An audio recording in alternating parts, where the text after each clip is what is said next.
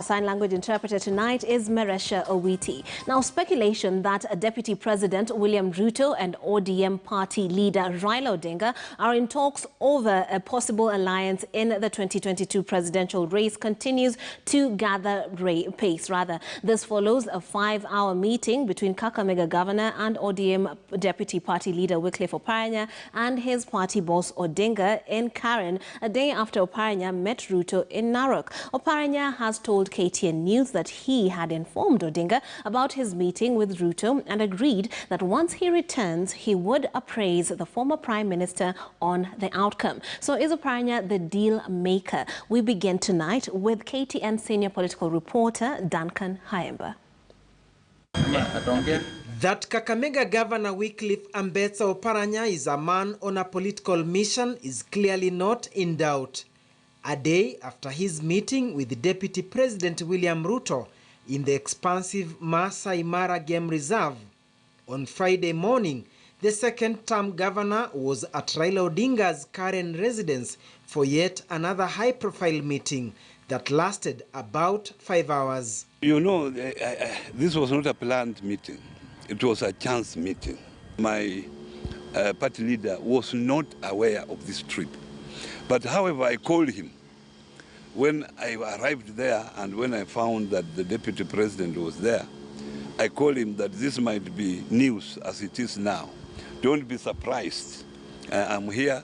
And he said, okay. Oparanya denies being an Odinga-Ruto deal maker, but admits that his meeting with Ruto, which went late into the night, centered on 2022 presidential race. He says he has already mobilized 140 MPs there with him. So he's waiting, he's ready. And he's also ready to go into coalition with anybody who feels that they can form a government together. Yeah. So you see, me, I will not commit myself because I had not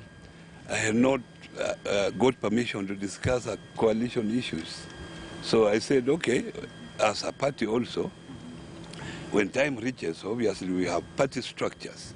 So we'll have also to discuss this particular issue and see which coalition is suitable for us, because we want to be in the next government. Highly placed sources say Oparanya and Ruto talks focused on a possible power-sharing pact with the two scenarios.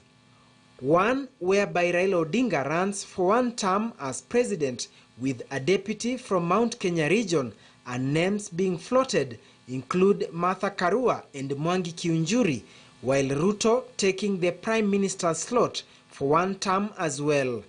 In this scenario, Governors Hassan Joho and Oparanya would be Deputy Prime Ministers. The second permutation would have Ruto running as President and Odinga as Premier, both having deputies as crafted in the scenario one. The two proposals being premised on the possibility of constitutional amendment that would alter the structure of governance. Kitui Governor Charity Ngilu, who is being enticed to join the talks, is said to be adamant that she will run for a second term as Kitui County boss.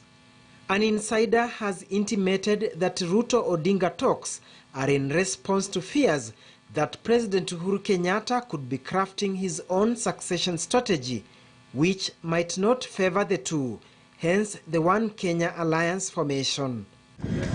As the governor denied being an emissary, he was at the airport with the members of Raila Odinga's inner sanctum, Siaya Senator James Orengo, Governors Joho and Professor Anyang' Nyong'o, all who are flying out of the capital to Mombasa and Western Kenya regions. Yesterday when I came, I met Eugene Wamalwa.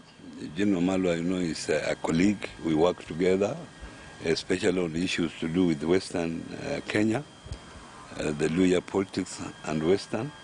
So we had a meeting yesterday, and Mohisa Kitui joined us, and we discussed also various issues, including this particular meeting. Governor Joho, actually his flight was supposed to leave much earlier.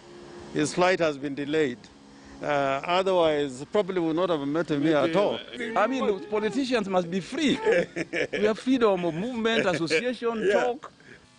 The Deputy President's camp is yet to comment on the two meetings, with the sources telling KTN News that DP's think tank is considering the offers on the table. Duncan Hemba, KTN News. And news it has become.